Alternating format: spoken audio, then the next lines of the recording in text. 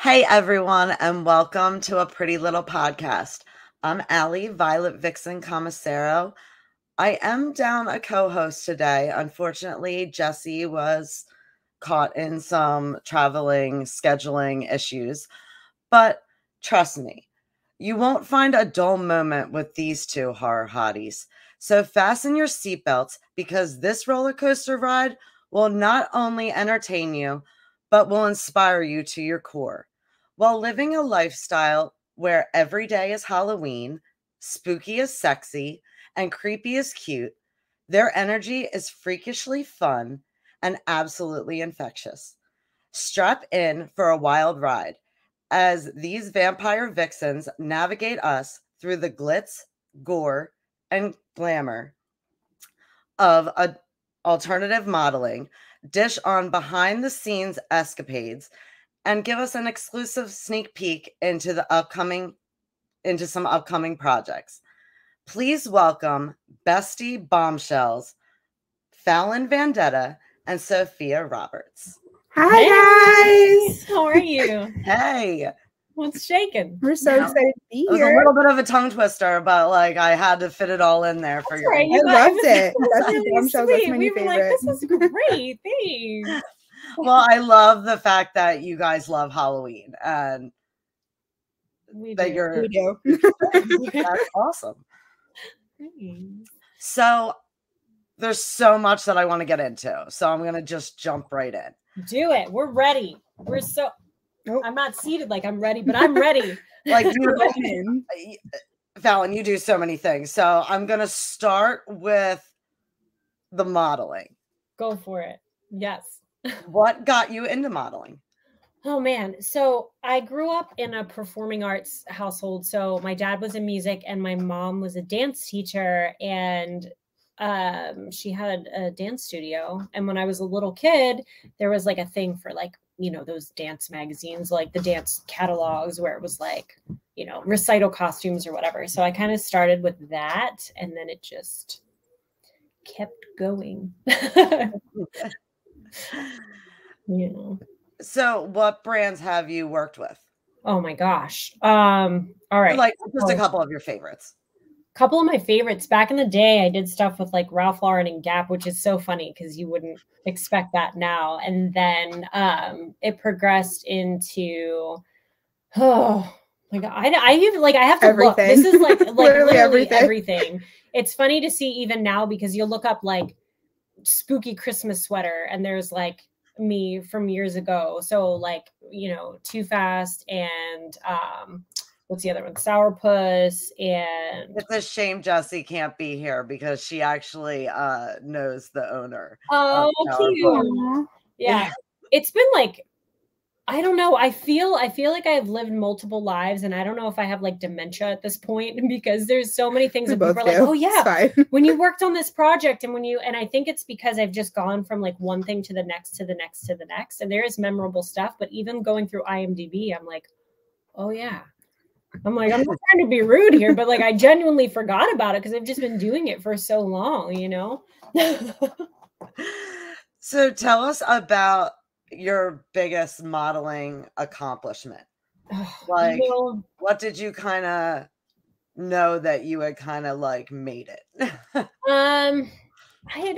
When I was younger, I really wanted to do runway, and I was always so short. So I was like, I'm never going to be able to do that because I'm tiny. But I actually ended up being like the smallest girl with the biggest heels. And I thought I was like super cool. So that was like a really awesome opportunity. And I got to do a lot with the tattoo industry that I really, really valued. And there were quite a few publications that I've had covers for that were just awesome because it wasn't just tattoo related. It was like, it's spooky stuff too. So twice I've done the cover for Skin Art for their Halloween issue. And that for me was like, that's the coolest because I got to be Medusa and then I was this other like demon chick. And I'm like, this is how you get to do like the best of both worlds. It's actually really funny because I was just telling my one friend, I was like, I think I'm going to do Medusa this year for one of my like 31 days. And then I saw that picture and I'm like,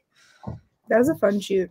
Yeah, like how do you even compete with that? Like that's like it's not a competition. yeah, but I mean like You know. that's just I mean that's perfection. That Oh, I was like I'm please. totally obsessed with this. Sophie, picture. it wouldn't have been such perfection without Sophie's help, to be honest, because I had like we actually shot that twice, and we did this other version, and we did this like kind of like dark angel thing, and I had this really cool hair and whatever, but it just didn't, I don't know, it was just kind of There was one picture from that did come out really cool. Okay, though. there was, and my butt prints are definitely left I oiled in her that butt. haunted attraction. That's friendship. She's a When you great- coconut oil your friend's butt, Yeah, she did. that's true friendship. And my bum looked glorious, so thank you. But you know, we shot it, and they just kind of, I don't know, it didn't have the oomph like the other ones have. So we went back and we shot. I'm there in like, you know, next to nothing because it's tattoo related, like oiled up, and Sophie's freezing, and we're like, we're gonna knock this out. It's gonna be great. And I made that headdress, and I don't know. I have this. Okay, well, this is kind of look. All right, I'm the Versace. We like the Versace. I liked Versace because of Medusa, because I liked the stories about Medusa and how, in essence, she was like a survivor, and it was through, you know, other indiscretions, like she was broken because of someone else. And it's like, it's a really powerful story. So that's kind of why I always identified with Medusa. So to be able to do that as like a cover and do something that's like powerful and elegant in the same right, that's kind of spooky. That was my makeup. Like I've done that look on like somebody else around Halloween. Yeah. It's just really fun to like do your own thing. Like there's so much. I actually went as far as like spraying the snakes for my hair. I love it. Yeah. And then I lost the snakes somewhere. Oh no. Like, yeah, when I clean up my shed, eventually I'll find the snakes. Okay, we were like, we had to like nail glue stuff at the God. last second because I just hot glued it, and they weren't, after I spray painted it, I guess it just wasn't doing the right thing. So I had some like flopping, one fell off, and I was like, just shove it in there. We did hot glue, we did E6000, we did zip ties, literally everything to keep these snakes in line. And it ended up being like bobby pins and nail glue at the end of the day. That's what you got to do. I always go with the eyelash glue. Mm-hmm. That's my go-to. I always have like the little one that you get with like the ones packs of it's like a tiny little the little tiny, those are good in emergencies for always sure. good. Yeah, I'm like, this is so cute. It's like and on film sets are saving grace. Like for some reason, people don't they don't have like super glue, and people always look for it. So when Sophie first started doing films with me, I was like, look, everybody's going to be your best friend if you have super glue. Always have super glue in your emergency belt, because you would not believe how much crew they're like, oh, this thing broke. Like super glue on set is like cigarettes in prison. It's like, if you have super glue, you're good. No one's messing with you. You're best friends. We're all good. It's funny. It's how much it comes in handy though. No, we told everyone our secret, but that's good. Makes super glue. I love it. So as far as limitations, do you have anything that you are like, absolutely, I won't do? I mean, not really. There's certain things that I guess if they were more, I don't know, I want to say more like fetish based or whatever. Like I won't do like the schoolgirl thing, or like that like freaks me out. I'm just not, I can't get into that. There really isn't. I mean, other than doing like full on adult content, like I don't mind pushing the boundaries. Like I've been on a box of lube, which was a fun surprise. I didn't know I was going to be on the box or the display. Look good in that ad, though. It was a good looking ad. I had a hair fluffer, and they they eyelash glued my hair to my tatas. Oh my gosh, so nail glued your tatas? Oh. No, not nail glue. I hate you, Ella. Ow. No, but you know, that was a good surprise. I didn't know. So I feel like I don't really put limitations on things per se, unless if it's something that really just strikes me as off, or something that I wouldn't want to perceive, because everybody kind of, you progress, right? You grow. So it's like, just because I'm at this point now doesn't mean I'm not going to be there two years down the line, or, you know, so I just kind of go with it. I don't know. There's not, but I will say that especially because of the internet, there's a lot of people that'll reach out and they'll assume because I have like an OnlyFans page that I do certain types of content. Whereas people that are actually involved in that industry, nobody pushes you to do anything. No. You know what I mean? That like they're typically pretty respectful of that. But it's the people who aren't that are like, well, I can offer you $50 to do a full nude shoot. And you're like, look, some people just want to be naked. Go be naked. That's cool. I love the fact that you want to be naked. That's great. I was actually so freaked out. Did you read that article that from Naked and Afraid that ticks that the guy had like a cup full of ticks on his penis? No, I don't want it. See, that is like my weird, crazy fear of like, and we were up in the mountains the other week. Yeah, ticks are attracted to your genital. Like, I was like, what? I don't want no ticks on my That's too much. No. Yeah, it makes you like kind of think next time you go out in the woods to like do one of those like fun free spirit shoots. No, we'll just put leaves on it. We were just like camping and we were like, man, we missed an opportunity to just be pleasantly naked in the woods, but now it's probably better that way. Now, were you guys camping or were you glamping? We were kind of in between. Sophie's family, like they have this incredible property and like they set up these like little cabins all over this property. So it's like an awesome experience. It's a lot of fun and it's peaceful and relaxing. So it's still camping. Modern amenities, like there's the house and then there's the main cabin, and then my uncle took sheds from Home Depot and made a bunch of other little cabins. Two people have trailers down at the end, so it's like a little commune. So you can walk up to the house and have a shower and go almost like a little like family summer camp. Yeah, it is. It's literally like that's what it is. But I won't go as far to say it was glamping, even though there were snacks at midnight. And by snacks at midnight, I mean her family prepared like shrimp cocktail and like these stuffed mushrooms. Like so, the adult snacks are like But I was disgusting and I didn't shower and I stayed in lake water, so it wasn't glamping for me. It's fine. There's so many like other smells going on. You won't know. So what's the longest shoot that you've ever been on?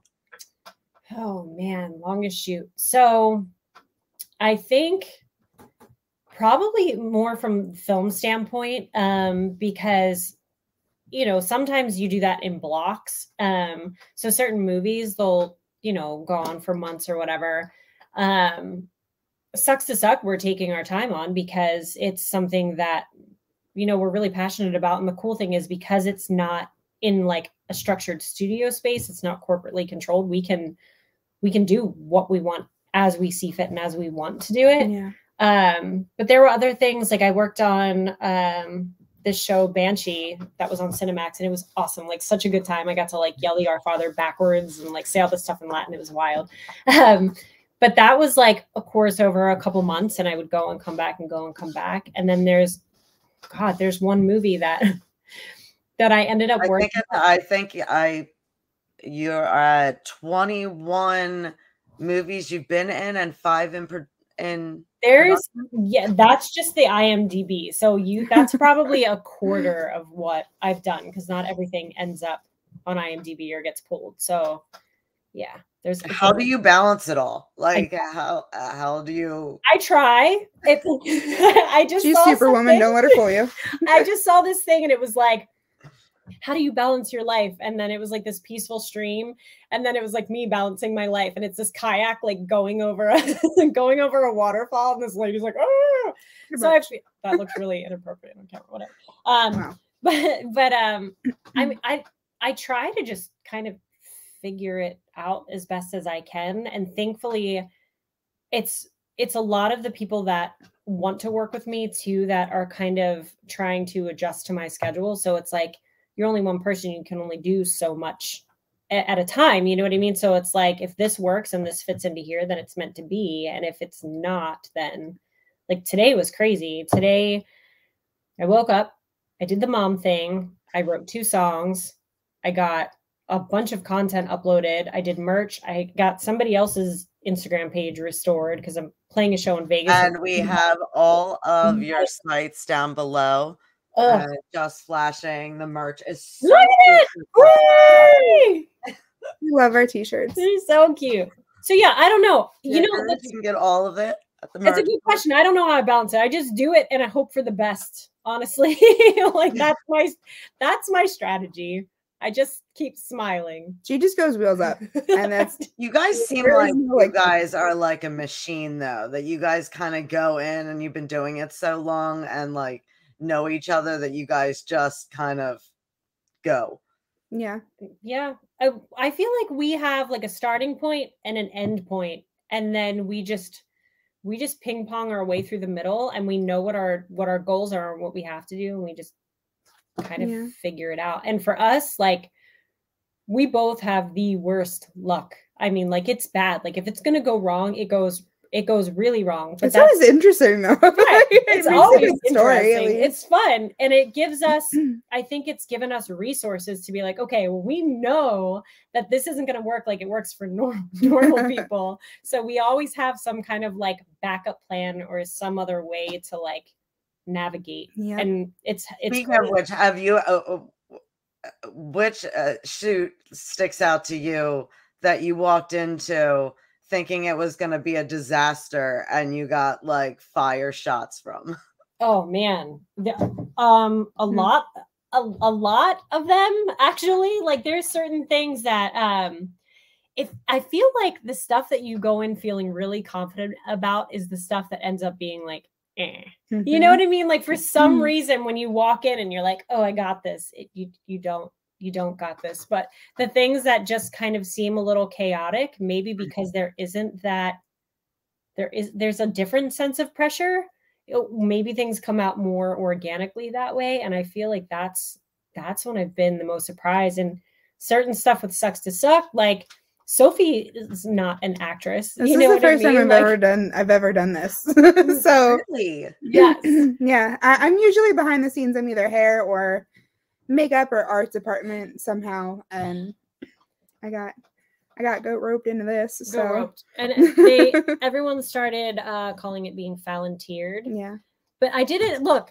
I like to see people excel, and I like to see people accomplish things. And I knew it was something she wanted to do, so I just kind of politely said, hey, we're doing this thing, and she's killed it. Like, she's so naturally just talented, and her energy is just so refreshing. And so, I mean, you've met her in person, you know what I mean? Like this, and she looks like an angel. Look at her. This is a baby angel. She really does. Yeah, like you really, I always use like the selfie queen tag when I'm posting a selfie, but you really like live up to that name. Like, I have to tell you, your selfies are just unbelievable. They're so good. Got to work with what I got. But no, she's like the best friend ever, because she just pulls me out of my shell and just makes me do the thing, like with acting, with modeling or whatever. Just she's like, you're doing it. Okay, here. Doing it. I know you want to do it. You're doing it. But that's the stuff that, like, there's certain things that we've had that have gone completely awry. We did like scenes for this vampire ball earlier in Sucks to Suck, and we all got food poisoning so bad. Like, the discount they gave us at Burger King was they just put arsenic in our food or something. Dysentery. Like, it was so bad. What? Curse you, Lisa, and your discount. She didn't do. We do this every time, but Lisa, I'm telling you, I'm coming for you. But yeah, we ended up so sick, and like we just pushed through it. And some of the footage that we got, we lost in those scenes. We lost like 80% of the audio. We did. We lost a lot of audio from that, so that bad. Sucked. But the things that we kept were so good. So it's like, when you think things are going absolutely bananas, I think it really has a lot to do with the people that are around you too. You know, it's like, that's a cool thing about modeling, I think, versus film too, because you're like, all right, even if my lighting's a little off and I'm looking like a bridge troll, we just fix it in post. It's fine. Like right now, even I'm like, God, this light is terrible. I'm like, whatever. It is. That's great. Is what it is. That's great. Speaking of which, she messaged me before the show and wanted me to tell you, Kimberly Pace cannot wait to shoot with you. I know. And she said that she's got 2 available spots left in August. Oh, and to give her a call. I will give her a call. I will 100% give her a call. She's incredible. Oh, she is brilliant. I'm actually looking really forward to it. I get to shoot with her on Friday. Oh, that's awesome. So, as far as pictures in your portfolio, what are some of your favorites? Favorites. Definitely the Medusa stuff, hands down. I did like a gender bent version of Adam from Beetlejuice. I love them so much. They're great. Yeah. I like the like horror cosplay stuff a lot. I did like a Jennifer's Body one that I really liked. There's this one photographer, Hugo, that I shoot with that like his everything is just so good. So they're a little spicier, but I'm just like, I feel attractive. I like these. So I like those a lot. But I also really like looking back through. I used to shoot a ton of pinup, like a ton, and like really like film noir type, boudoir style. And I really love that. And I miss actually shooting on film. Like I like going back through and just seeing the old scans I have of like old magazine shoots or, You really transition your look. I mean, you post some and I'm like, is that Fallon? Like it's tagged to Fallon, but she's a chameleon. That's really cool. I mean, I know from doing the 31 days for the last 10 years, I know that like there's different ways that you can do your makeup to make your face. I mean, but you completely alter your whole look for, I mean, every picture just has like a different flair. I love it. Thanks. I think it keeps it like interesting too for me. You know what I mean? Because it's like there's some things you love, obviously, but it's like when you're doing them constantly, I like to try to just do it so it's like fresh, and especially if I'm doing stuff that's a little spicier, I like to be like, oh, who's that lady? Like, who's that? She looks great. So and you don't ever just shoot something head on. You always have like 65 different creative layers to it. It's not just like, oh, well, this is this, and we're just going to shoot this. It's like, no, we're doing this, but in this style, and I wanted to do this, and I want it's just, she puts so much thought into stuff. She's very OCD about it. Like, do you like do you usually do your own hair, makeup, everything? Like I do for a lot of it. I mean, since Sophia and I have been doing more together, there's definitely been times when I'm like, Sophie, can you please give me a little zhuzh? Can you help me with this? So like I've had her do my hair. Like I just shot a bunch of stuff for the Colorado Tattoo Convention that is in September. Yeah, September. So I was like, Soph, today's not the day, and I need big, pretty hair. And so she's my hero. Like, I need my mom. I'm like, there's no reason that we shouldn't between the both of us and our creative abilities, there's no reason that we should be having to go outside of the circle for things. So if there's something that we can help each other with, we do. That's how my friends and I are. But speaking of tattoos, how many do you have? I have no clue. I couldn't tell you. I'm like, you're all tattooed up. Yeah, I'm in the process now of kind of torturing myself because so now a tattoo I wish I still had, actually, when I was 16, I got the Pink Panther tattooed on my back. I had like a Pink Panther tramp stamp, and it was so bad, like the worst thing you've ever seen. And I thought I was so cool. My parents like wanted to kill me. And I was like, look at me, I'm 16 with this horrible tattoo on my back. I got it covered, and then I got it covered again, and then I got it covered again. So it was just this mass, and I got it all lasered off.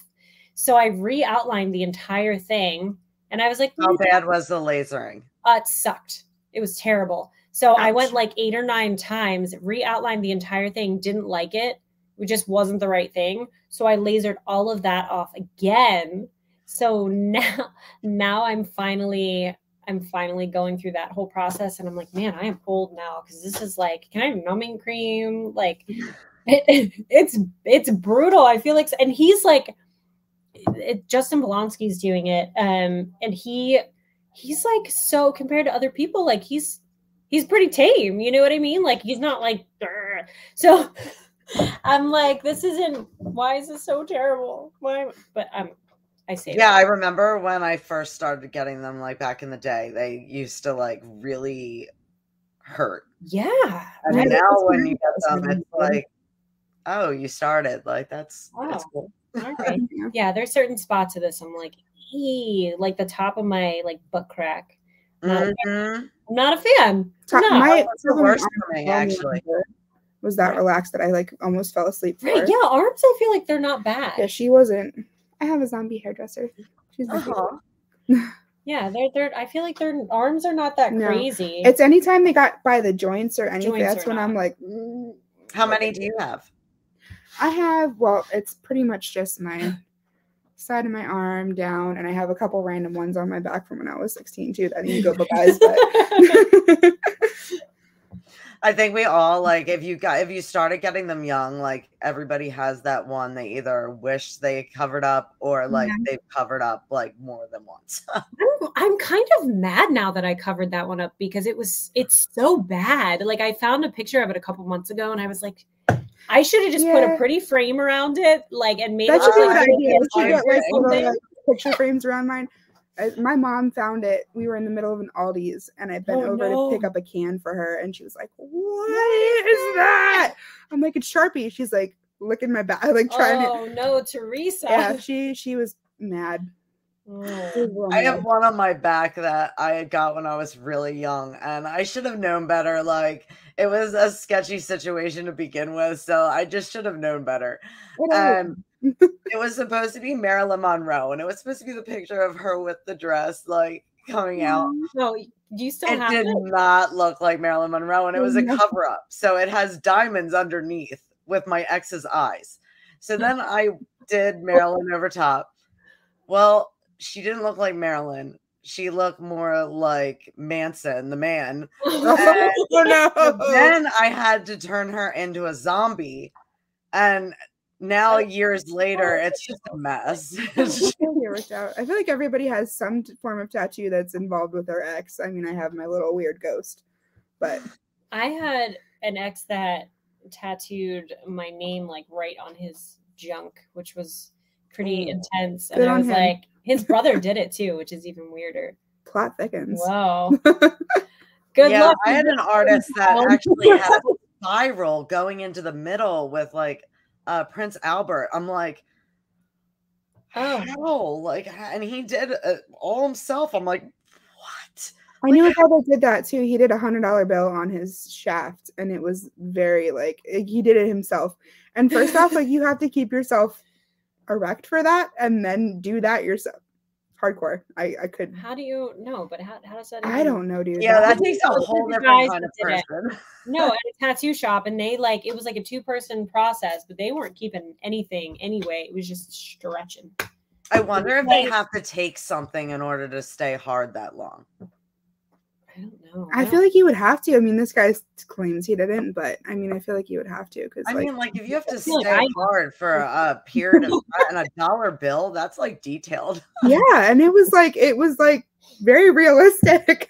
No, but the details. But I mean, geez, I'm like, dude, that's. Was it colored or was it black and white? Colored. It was like it was like realism tattoo. Like it was intense. I knew. So the one tattoo shop that I was affiliated with, like everybody, they all had their dicks tattooed, and it was like, but they were all slogans, which it was kind of funny. So it was like BK, it was like Whopper, like have it your way. There was Nike for just do it.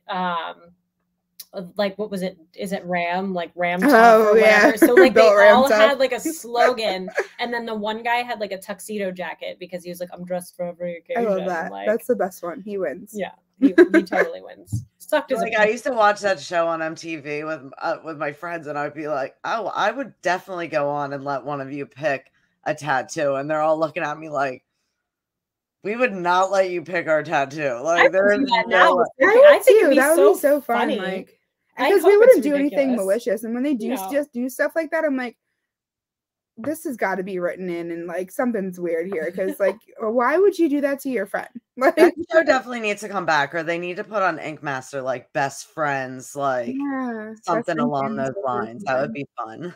I'd let you tattoo me. We should do that. We could. I don't even care if what it looks like. I'd be like, look what she did. It's amazing. I would keep it on my Fallon. I would too. Put a little frame around it. I've let a couple people tattoo me when they were first starting. Yeah. I gave them very simple things to do, but yeah. Yeah, that's my coffin. My friend Troy was the first, like one of the first tattoos he ever did. And when me and my ex went back to get these ghosts, he was like showing everybody in the shop. He's like, look at how crappy my line work was. And I'm like, great. So you're going to fix it, right? You're going to redo this, right? So as far as brands, what brands do you prefer to work with? Honestly, I like working with smaller companies. And I think it's just because that passion is still there, you know, and it's like a different thing. When you get into working with bigger corporations, what you'll see is even like the SAG strike that's going on right now. Mm-hmm. All of that is pretty much just, it's fueled monetarily. And I feel like you lose a lot of the creativity with that. Mm-hmm. And you lose a lot of like the personality, you know, it's like so sterile that you're just like, oh, look, it's just like, it's so flat. It is. And it's just not, it becomes kind of not fun. And I think at this point in my life, which again ties back to the movie, is why I'm like, I'm only doing things I genuinely want to do with people that I want to do it with, you know? Yeah. So it's like, there's certain big companies that I've done some things with that they're great. So it's more or less the people that are involved, I think, than the corporation itself. But I do typically prefer working with smaller companies because, and that's not even, sometimes even what's considered a smaller company, like I feel like they almost treat you better than the larger companies do too. Like you might have, you know, it looks like a larger paycheck from the gate or whatnot, but I feel like I've been treated better by some of these other companies, because what happens is people get sick of working for these big corporations typically. So they branch off and they start doing their own thing. So they have that knowledge, they have that, you know, business expertise, but they also know what it means to be an artist. So they're like, it's a good happy area, and they take care of you and they're actually appreciative. You know what I mean? It's not like a cattle call. They're not like, oh, let's just punch a number on your ear and see you later, you know? Gratitude goes a long way. Yeah, big time. So speaking of the SAG strike, how is that affecting you personally? So it's tough because there are certain things that, you know, I really want to promote and things that I want to be a part of. But that's kind of first and foremost, like people are really taken advantage of in the entertainment industry for sure. And I think that, you know, being part of a union, like you have a duty, you have a responsibility to look out for your people and your, you know, your comrades, basically. It's something that's kind of gone on for too long. And I've seen it too, where there's major projects that I've worked on. And it's like, you end up with this residual check for like $3 and you're like, what the heck? Like, I know what you guys are making. Like, why even send this check? You know, and that's not even just what Screen Actors Guild. I mean, it's pretty much, again, any like major corporation. But it's also kind of been good in a sense, because it's forced just more resources and more ways to think outside of the box to continue to do what I enjoy doing and not being thrown into that, because there's a lot in the indie scene that's not, you know, union regulated. And it's not like, these are people that, again, don't want to deal with big corporations. So that's why they're doing their own thing. And I love that. Like I thrive in that. I love that environment.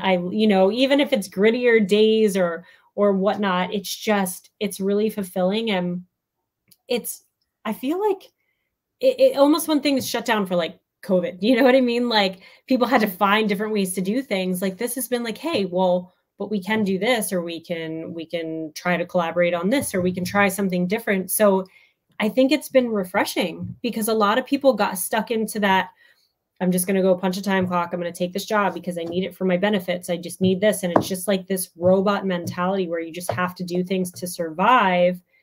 But people realize that they don't have to be thrown into that. So I don't know. I'm personally, if you could see one thing transpire through this, what would that be? People being treated like people and being appreciated, honestly, because there was a reason why I made the switch that I did and started doing more independent. And it was a lot of self-reflection. And I mean, you know, Sophie saw me through a lot of it too. I just got to the point where I feel like I've been very fortunate in my life because I got to accomplish pretty much anything that I ever wanted to accomplish from a career standpoint and really early. And I'm grateful for that. And then I'm like, well, what do I do next? I'm going to keep doing this because this is what I know. But I was burnt out, you know, like I was missing life. And what is the price tag on that? What am I going to do? Like not see my friends, my family, the stuff that really matters. Money's great. Don't get me wrong. You need it. But in the same regard, like you can't take it with you either. No. So I didn't want to be stuck in this cycle where I was constantly just on set for 18 hours a day. And then I'm like getting 4 hours of sleep. I'm back on. I'm missing out on all of this other stuff that I'm like, it's not to build for someone else. I didn't want to do it anymore. No, you're sick of building for someone else. Yeah. Yeah. So that was just kind of when I hit the point where I was like, no, I like this. I like the interaction. I like doing things that make people happy or, you know, entertain them and like getting to be a part of the creative process from all different angles. Like that's living to me, not like, well, I'm on this set again and I'm going to work 18-hour days for 3 months, have no life, and then walk this red carpet. Look how glamorous it is. Like, that's not, it's not fun. I don't know. So maybe to some people it is. That's whatever works for you. But for me, I was like, nah. It's a different vibe. So how is it to be behind the scenes now? Like, not only are you in the movie, but you're on the other side of it too. Like, how is the writing process and like the whole creative? Fun. Like, I just like to create. And I feel like that's what's great about Sophie being involved too, because she, you know, I feel like, I don't know, maybe I'm wrong, but I feel like she wanted to be in front of the camera at times or whatever, but it was just like, getting there. You know, I started basically behind the camera and I started in front of the camera and went behind. And I feel like she started behind and came in front. And that gives us like a mutual respect from things, you know, like from all different angles. And it's fun to be able to do it all because then you really know what you're doing. You know what I mean? Like you can appreciate things from a different perspective. And that's for everything. Sure. It's everything. It really is. So I really like being able to do the creative side. I will say acting in your own project, like I don't want to direct the scenes that I'm in. I don't because I'm like, no, somebody needs to say flat out, no, like that sucks. Don't turn your head that way. Stop. What are you doing? Are you like scratching your butt on camera? Like stop. Like it's hard to do that in direct. Like, and like we, even in you kind of step in sometimes if she's like having like a challenging moment or like just do it like no. And there are certain scenes like things shifted and I'll definitely like if something needs to be called out or whatever. And I've noticed that like we obviously spot things with each other. Yeah. So we'll be like, wait a second. Like let me fluff you. Let me fix this. We even do that just in life. We're like, hold on, you have something here. Like we do. I'm like, there's a bat in the cave. We're constantly like, picking at each other. It's like we're monkeys. It's weird. We are monkeys. It's so weird. But it's you know, there were scenes that we shot that we weren't happy with from a convention, and we reshot those scenes in Denver. And I had someone else direct all of those scenes. That's actually with my record label, and he's a new film company partner of mine. But I was like, nope, like so they were great. It was like the most fun we've had in the scene. He was like, you guys were talking to each other in drunk gibberish and like fully understanding each other. And I'm like, because we do in half gibberish all the time. Like that's what we do. But it's like a spoiler. But so damn it. All right, I'm just gonna give it away. So there's a scene in this where someone comes up to us and they like want to get an autograph for me, and they don't end up having any money. So he like offers me a bag of candy. So I'm like, yeah, okay, sure, whatever. So I'm just excited that somebody like wants me to sign something. So he leaves and other people come up and I'm like eating these candies and she's looking at me and she was free like, candy from strangers, great idea. Didn't your mother ever tell you not to eat candy from strangers? Like, what are you doing? And I'm like, the guy's harmless. Like, he's a nerd. Like, he's a convention nerd. So he leaves and then you see her like eating these in the background. And the next thing you know, we're like obliterated because what the audience sees that we didn't see is that the bag, like we eat edibles and we don't realize it. So we're like snacking on these things the whole time. So by the time we get to this like vampire ball, we're like completely shit-faced. But people really thought that we were like. The security guards came up to Eric and were like, are they okay? Like, are they fine? We are actors. Like at one point, I'm chasing a vegetable around, and they're like, "Is she okay?" Yeah. It was convincing. So, what has been the most challenging? I'll ask both of you, kind of separate. What has been the most challenging thing so far as with the movie? Anything? You go first. I would say, I don't know. For me, it would be. What was that one line that I couldn't get? Come on, or something. Like it was something so trivial. Like the things that we think I'm not going to do good on, I'm like done. Nailed. And it's like the most insignificant little thing that I'm just like. Well, in all fairness, too, it was like, yeah. So there's a scene where we're like leaving a hotel room, and she's like really, really frustrated with me, and she's frustrated anyway because we're exhausted. We hadn't slept, and like. It was crazy, but for whatever reason, like it was a really, really crucial line in that scene and just could not. And I was like a soccer. She was like, be mad at me. And I'm like, I am. But like my annoyed face is like resting bitch face. And she's like, no, be like funny and playful with it. And I'm like, I don't know why. It just wasn't landing. So that was probably the toughest thing for me. And like learning how to, because I'm good at speaking, but sometimes like not mumbling or like not being too quiet, just like speak up. So I'm kind of finding my voice. That is and using it a little more, I guess you would say. say. Just curious, are you guys good with accents? Oh. Well, it depends. What type Which of one accents would you like? We either end up in like some weird Texan accent or like Euro Trashinese. Always, it's just. I mean, we can do like random and see where you're at with them. Oh, I just thought it would be fun for you guys. Oh God, we love this. All right. Okay, let's do a British vampire. A British vampire. Oh, yeah. You have to draw that out. That would be more. I tried to go more like, eloquent, more. Yes, in the not all dark like ages. Dublin. Blah, blah, blah, blah. No, it's more, mine's more too like, happy. No, you need to be more stoic and more. That's really welcome to my castle. Welcome to my show. Your chateau. Your what? Your chateau. Welcome to my shithole. Welcome to my chateau. I'm trying. Well, in my head, I'm hearing it like what we do in the shadows, but I'm trying not to laugh, and it's just not, it's really hard. So I'm just gonna talk like this, and it's just rubbish. Okay, let's try an angry Russian. Oh. Why do you put the cup on the table? You always leave cup on the table and you it's don't. Not, yes, we're not talking like I can't this. Work under these conditions. No, I cannot work under these conditions. Yeah. It's bullshit. Yeah, no, it's not. So good. We end up there a lot. Oh yeah, we go Russian. Roll. Okay, let's try. I'm gonna fail this one already. I can feel it. Let's try Korean. Oh. I already failed this. I don't know because I'm really bad with certain dialects. Like I can't discern between. I feel like that gets a little. That gets into some swampy waters. Yeah, that might be dark territory. that might be a. Okay. Yeah. Let me see. You're like canceled. Can you ugly cry? Oh, yeah. Oh, every day of my life. Yeah, we can do that. Let's see your best ugly cry. God, Sophie. Let me see it.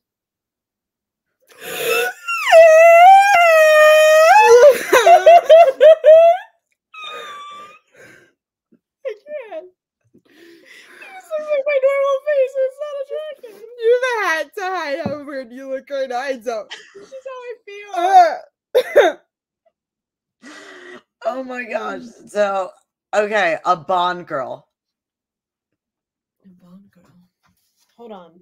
I should have left my hair. Yeah, you have it like. Wait. I'm just gonna.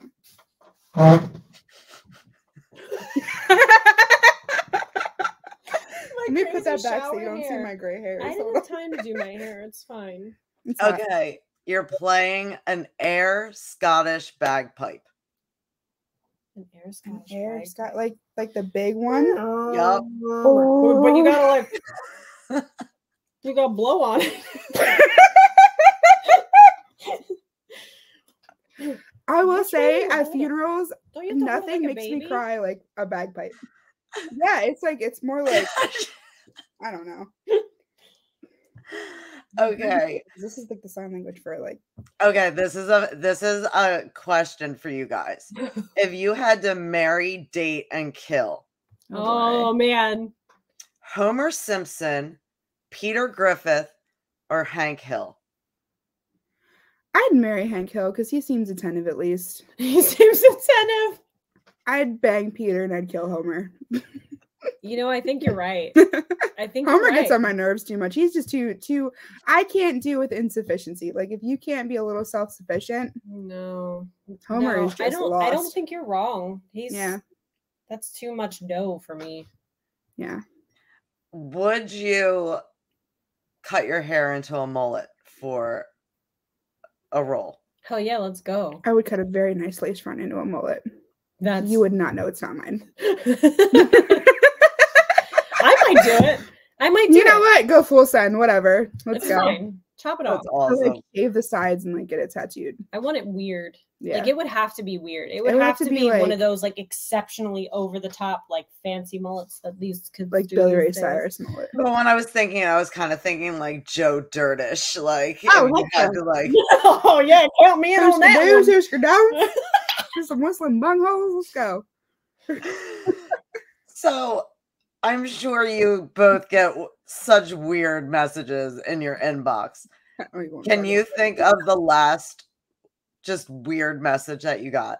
Oh, I can read Yeah, some. let's scope this out because it was. This is Twitter lately has been good. I don't check. I legit don't really. I don't check my inboxes because I'm just like I don't have time for that. And there's this weird thing that I just had this conversation, and somebody was like, "Well, internet's not real life," and I'm like, "It's not real life until these people have actually stalked you and met you. And like if you interact with these people at any point through a direct message or you see them in real life, like there's a difference there. So like what has happened is that these people think that even because you respond to one thing or you like something, then that you've engaged, and then you have to deal with them in public. So this is I actually heard that on, I believe it's on Messenger. If you message someone more than like 3 or 4 times, it actually tells you that you're talking to yourself. Does it? Yeah, that's what someone They're told on me. New Messenger. I had someone like tell me that came up for their Messenger when they messaged me. So my Tinder, I recently got. Oh, Tinder. So are I you don't like a have haunted Tinder. doll or something that grants wishes? LOL. Oh. I said, LOL, no. Oh, well, that vibe I'm getting from your pics is, do you grant wishes? I said, no, I don't. Haha, darn. I was hoping you did because I've got some really fun wishes I need granted. That's Sir, weird. please move around. Honestly, that face you're making would look gross on pretty much anyone else. Somehow you made it cute and endearing. Okay.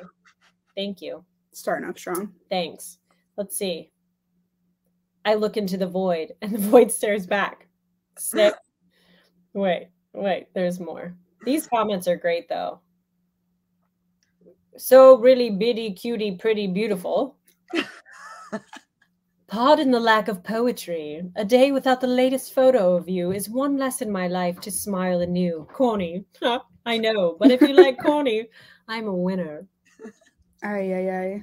I couldn't even tell you, like, Instagram already like goes to a box, so I don't DM anyone because that's weird. And here's a funny thing.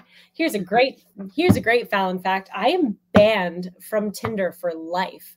So her IP address and everything. Yeah, like it's bad. Like last year or something, I was like, I'm gonna have a little fun. I want to boost my ego and just tell people no. So I started this Tinder, and like, I know it got reported a bunch because people thought it was fake, whatever. But then I had to verify my identity, and they banned me for impersonating a celebrity, which I'm like, it's me. Like, what? This is me. It's me. I was trying to be scandalous. You're not letting me have any fun. You are an imposter. They literally banned everything to the point where like I can't download the app. Like they flagged me so hard, and I was like, I'm telling you, it's I for the just best. wanted to have fun.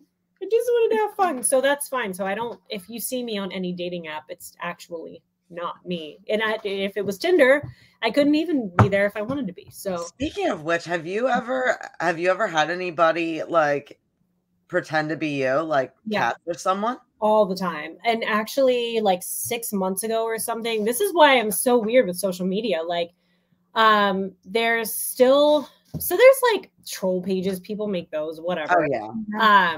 Fine. TikTok's been vicious. Like there's always that like random TikTok troll that like comes in and they're like, you're a moron. You dance like you have like people love to do that. We never went on TikTok live like ever. So one night we were like, we're gonna go on. Never again. Literally the Wild West. They were just asking me like, they're like, oh, corn, instead of saying porn, so they don't get kicked off, they're like saying corn and asking me all this stuff. And they were just rude to her. And I was like, we're done. We are done. This is crazy. We went back to Instagram, but like, it's bad. But yeah, there's one, I want to say like 6 months ago or something, that somebody made an entire page. They just cloned all of my pictures. They put everything up. They started DMing these people. And these people got all excited because they're like, oh my God, you're finally responding to my DM, blah, blah, blah. So then whoever this person was collected like all of this money from these people. So like scammed them out of a shitload of money. And then they would message me. And I was like, that, once you're messaging me a million times, I'm like, oh, obviously this caption, like I need to like pay attention to this. Mm-hmm. I'm like, holy crap. Like, I'm so sorry. Like it happens more frequently than I wish it would. Well, and a couple months back, literally the same day, the same person made fake porn accounts for both of us. Yeah. And I was like, okay. I had so many people messaging me. Have you ever thought about getting a hold of Neve? That would be cool. Yeah, that would be definitely like, that would be so like fun to watch. You going after them like the multiple people, and then like having the other people that have been affected like come on the like journey with you. It's crazy. Like I feel bad though, because they really do prey on people that are like, they're like super fans, or they're people that like that's the only chance they think that they're going to ever have to talk to somebody that they really look up to, or they're like, or it's just some horny dude that thinks they're going to get vagine pictures or something. So they're like, oh yeah. I had chicks from high school. Is this really you? Like, but I'm like, I'll sign up. Like, no, I mean, yeah, go ahead. Spend your money because you're dumb, but. But I'm like, look, if you're going to. First and foremost, you're a motivator more than anything. I mean, like both of you are like hype girls, girl empowerment. Like we love that. We love to build people up. We are not the girls that feel like we have to chip somebody down for us to feel better. No, we want everybody to win. And we do. It sounds corny, but we really do feel that way. Like we really try to look out for people. And I think some of that, I don't know, everybody talks about their childhood trauma or whatever. And like, maybe it is I wouldn't say it's people pleasing, but it's just coming from a place that we know the hardships that we had to endure, and we know how that feels too. And we don't want to be that person. And we've never been in competition with each other. So we're always like happy for each other and build each other up. No, and you try to like be complimentary to other people too, or strangers. You don't know what other people are going through. So it's like it costs nothing to be kind. It really doesn't. And you don't know how much you could brighten someone's day just by being nice.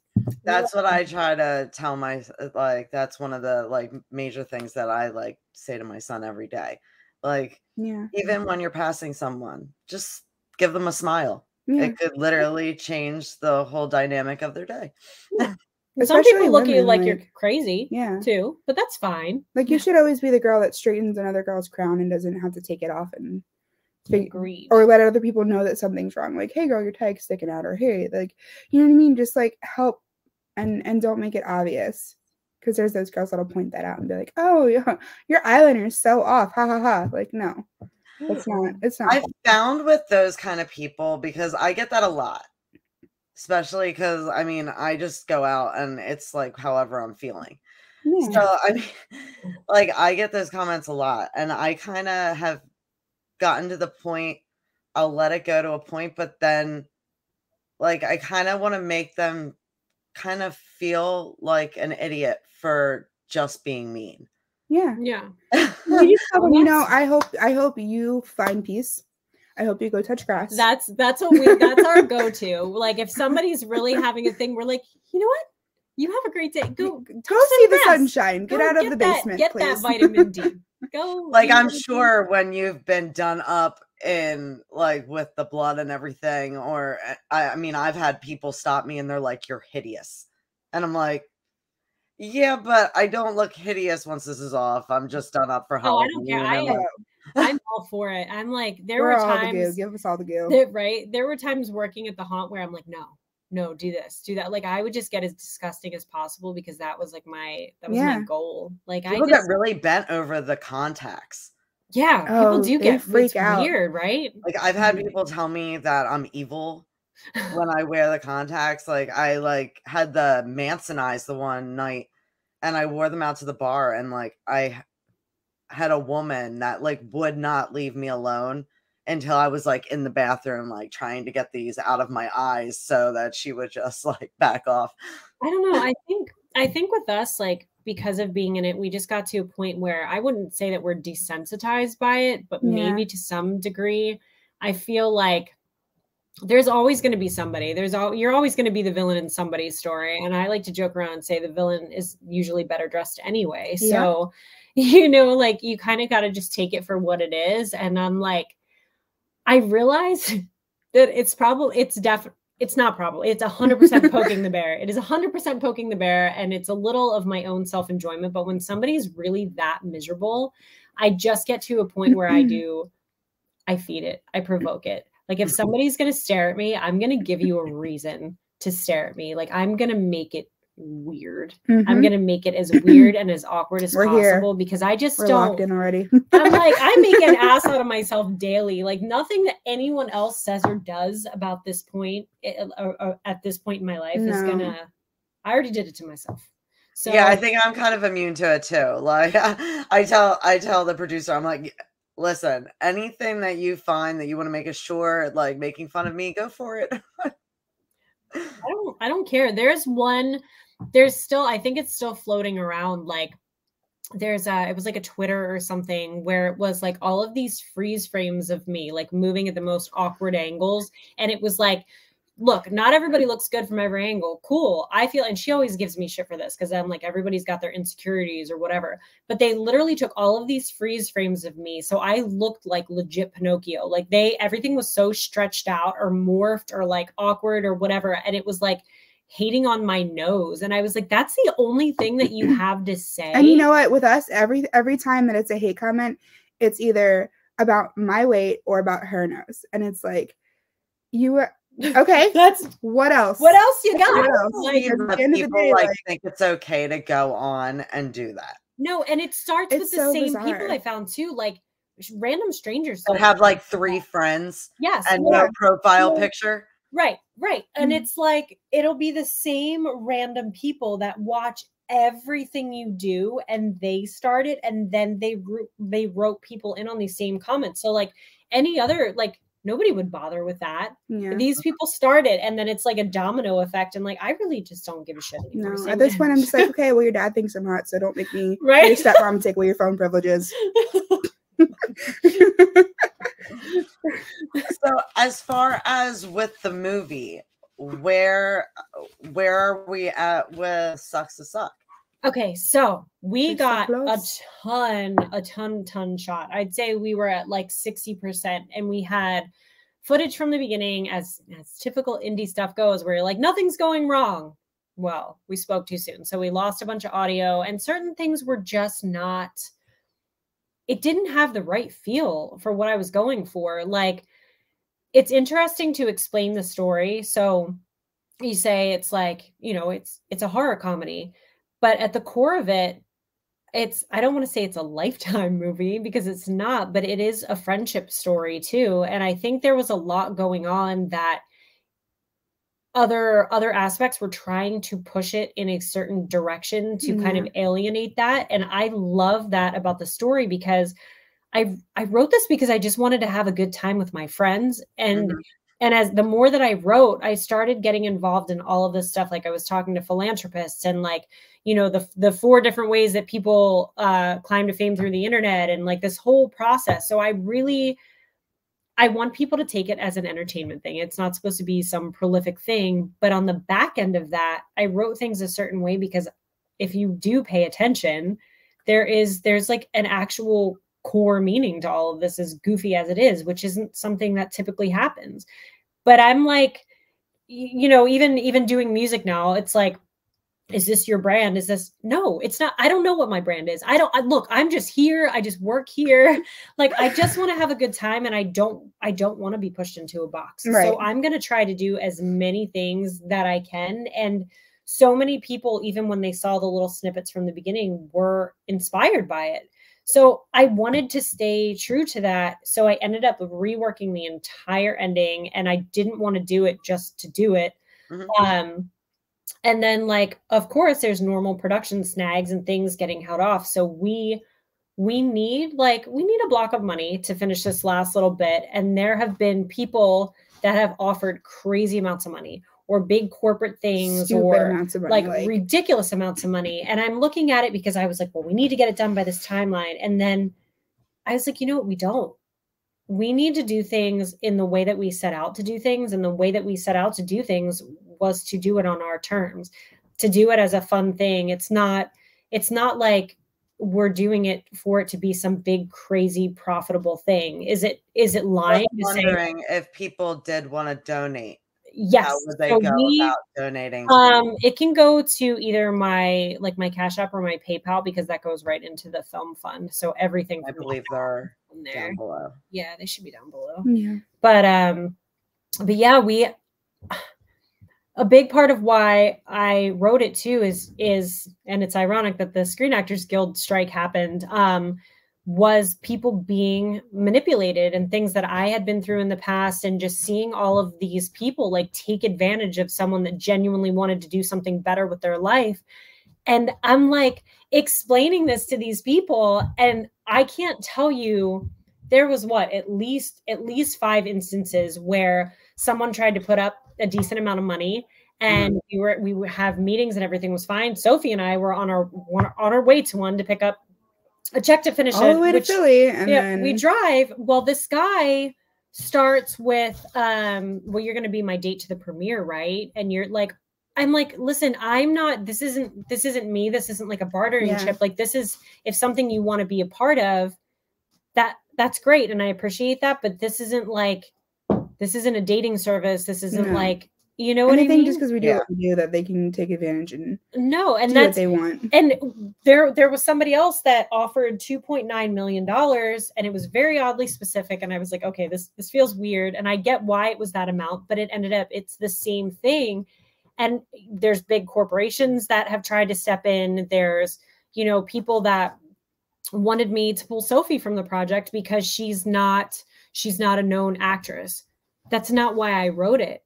I wrote it with her because I'm also trying to break the mold, the dynamic. Like, you've been to conventions, you know who's there, and you see what is typically put in front of the camera. Like, there's a certain type of person, there's a certain cookie cutter formula, and I understand usually that not works. Tattooed.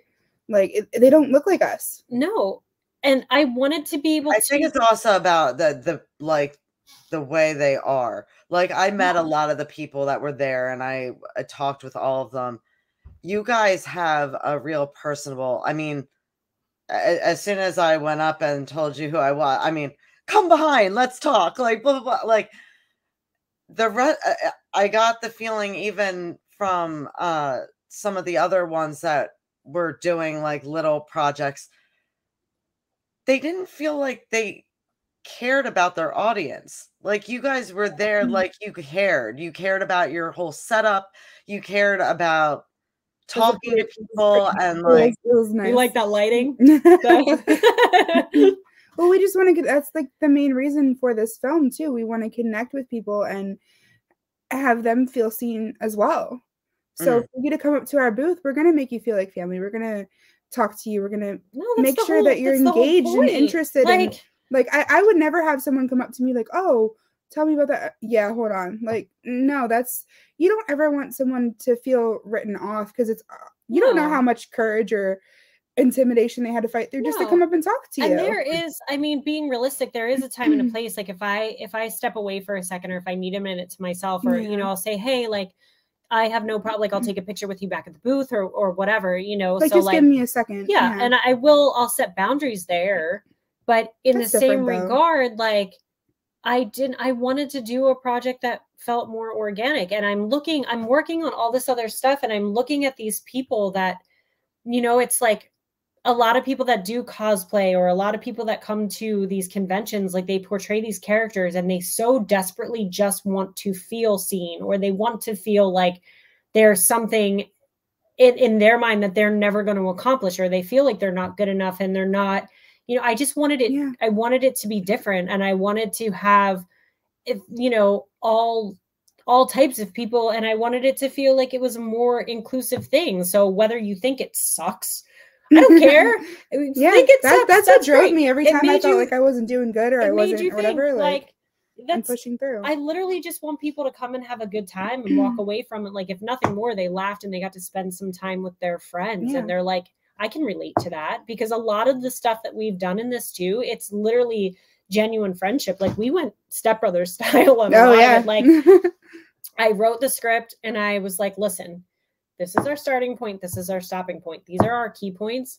We're just going to roll that bean footage and we're going to see what happens. And the way that we feed off of each other, because it is organic, and the energy that brought to everyone else while filming, like there's a girl, Amanda, that she literally has been she's been my friend since I was 14 years old, but she occasionally is my assistant, and she's incredible. This girl has never acted ever in her life, and I'm going to embarrass her because she one time got forced into doing something for Walmart, and she clammed up, and it was terrible. And they kept the footage. This poor girl is tormented for this like Walmart commercial now for her entire life. She's mortified. She's like, I'm never doing anything ever again.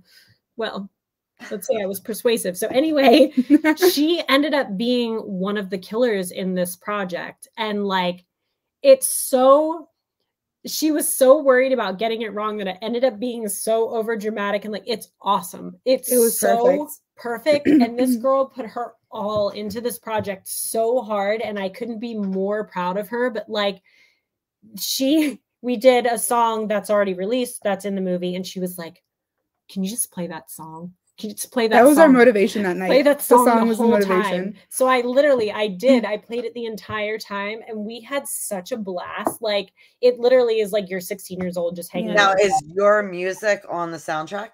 Yes. So I'm currently actually recording a new EP for it, which I'm really excited about. So it's kind of like all over the place. And I wrote another song for that today. And I think I'm not sure yet, but I'm performing my first show back, actually, in Vegas at the end of the month. I'm really excited. Yeah. So I might do one of the songs from the movie. I don't know yet. Yeah, you'll have to send me the flyers on that, and I'll post them up, because I have a lot of friends that live out that way. I'm excited. It's going to be a good time. Yeah. Sophie will be there. Yeah. Of course. I'm excited. I'm just excited to see you do something that you're passionate about. Again, something else that you kind of strayed away from for a little bit because of certain things, and this is kind of you taking your voice back, literally. So with your traveling schedule, you're basically all over the place between Colorado, Las Vegas. Yeah, it's been crazy. So like, there were certain things that we wanted to tighten up, and like the last block of filming that we wanted to do for Sucks 2, we wanted to do this month. But I was like, okay, but we can push it a little bit if we are able to do that, then there's so many other things that we can do. And I feel like it's been such a cool experience because everybody's just so excited about the project. And I feel like we've actually been able to do more and connect with more people and do more things that like so many people nobody even cares if it's out. They're like, let's just hang out and talk about it. Like, this is just great. Has it been filmed in multiple states or is it? So we filmed mainly in Pennsylvania. There was some in New Jersey, some in New York, and then Colorado. Yeah. So we're like, and we're gonna film some in Vegas too, right? Yeah, there is some stuff going on in Vegas too, which is going to be great. We're all over the place. That'd be fun. I know. So as far as the soundtrack, do you have that filled? Or are you still looking for? No. So I've had like a ridiculous response for soundtrack. And like, it's so cool because I feel like I've been able to hear like, I don't gotten to listen to these songs. Got a lot of stuff going on. No, here. But I've had so many people send stuff and it's been really cool because there are people that I wouldn't have known about otherwise, but I almost feel like this is turning into like, I don't want to say it's like a rock opera or something, but it's become very soundtrack fueled. Yeah. And if there's anything else that like people want to submit, I feel like I'm going to set up a new email just specifically for that because I'm just like, the reception from everyone in general is like, because I'm like, even if we don't do this, like we've already set this up. We've already set this up in a way that literally off of this base, we could probably do like 4 or 5 films over the next 2 years. I'm not even kidding. Like it really could just like this story just gets wilder and crazier. And she developed everything in the matter of 5 days.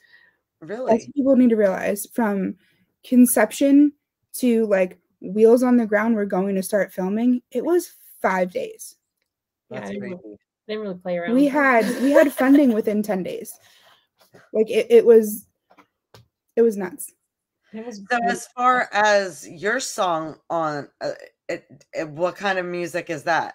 So I'm doing a full EP for this, but I didn't want to do just one genre because that's not me. So I'm doing some pop punk. I'm doing some more like anthematic, like Camila Cabello kind of punk, and doing some like the old school, like kind of spooky Kim Petra. So some dance stuff. There's like I'm going through a whole scope of things. It's pretty ridiculous. Like I'm just all over the map because I'm like, maybe tomorrow I'll write some R&B.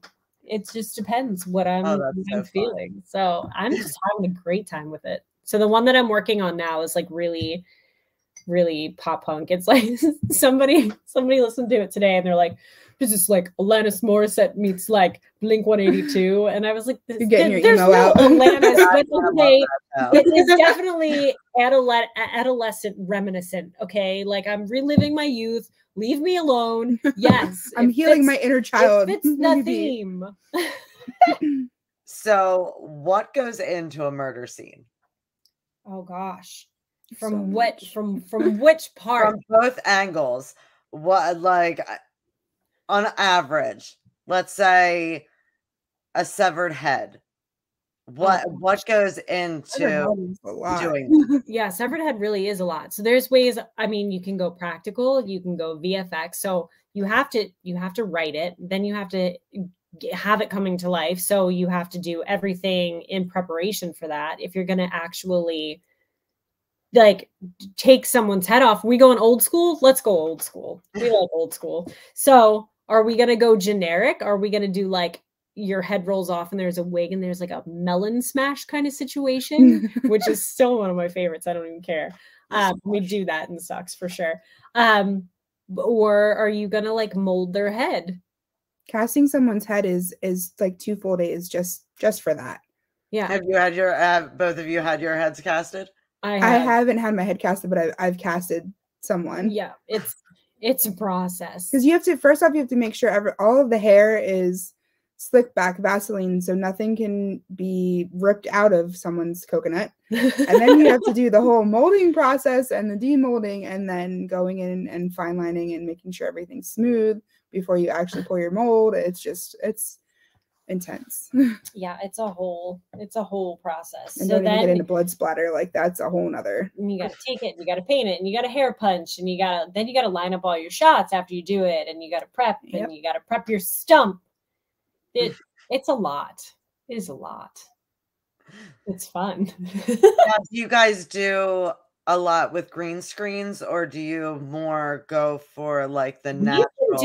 Honestly, with this project, we've been doing more practical. Like we've been really trying to do things, and the bulk of the gore, the good stuff, we haven't even gotten to yet. So that's in the last, but we're trying to do as much practical as possible, because some of it with this, like, we're also trying to blur the lines between reality and not, because it's shot in a faux reality format. But there's certain things that we're like purposely putting off a little bit. And then there's other things that are like really, really spot on, but it's going to be, I think also too, because we're SFX artists, we want to like, we want to keep it. I mean, not that we say CGI is the death of SFX, but we want to keep it our art. We want to keep it our. And there's definitely going to be some, supplemental visual effects. I know, like Josh Petrino, who did a lot on Terrifier and whatnot. He's doing some stuff for us. That's actually what I was thinking about when I said the severed head. Yeah.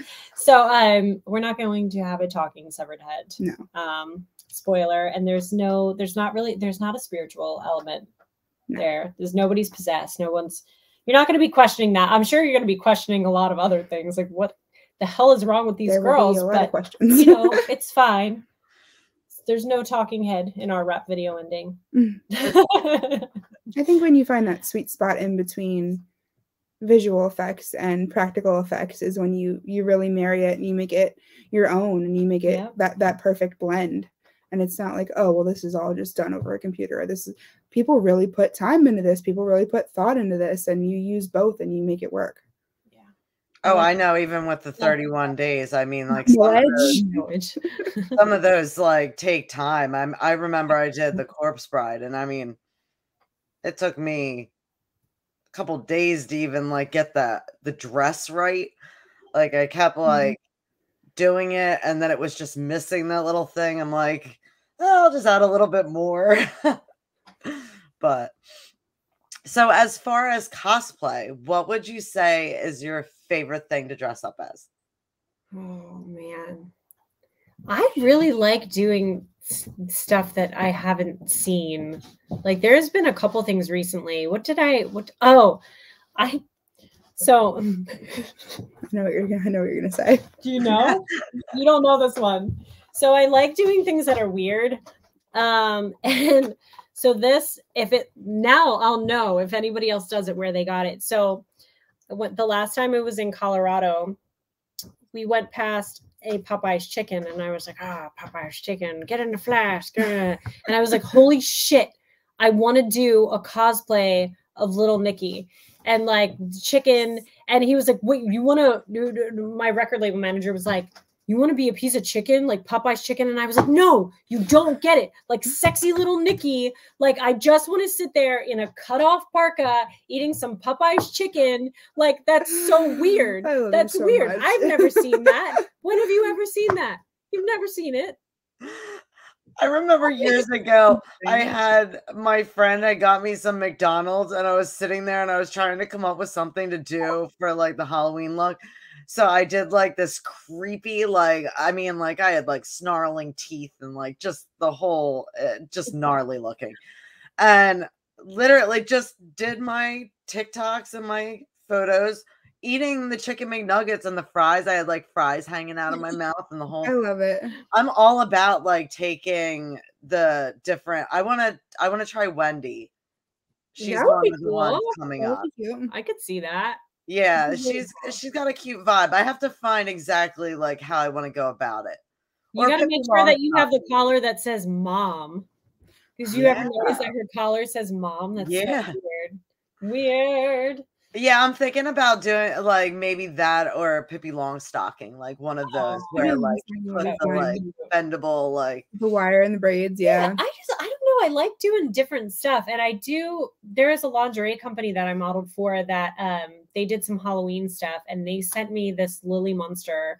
And I'm like, scandalous Lily Munster, count me in. Like, I finally, it was my entire like life quest. I've just wanted to be this weird old lady that plays the harp. And it was because of the Munsters. And by happenstance, by chance, I found a Lion and Healy harp on like Facebook Marketplace, which is like, oh, that's cool. I don't know. This lady ended up, she was like, I know what it's worth. It needs to go to the right, whatever. So I ended up with this really cool freaking harp, and it's like the same one that the Munsters had in their living room. So I like did a whole thing with them, and I did this like really corny video with all these effects, and like I was like, it's just awesome. It's really pretty though. But I did like a scandalous version of her. I want to do like a good scandalous version of Madame Leota too, and I like started that last year, and I just didn't.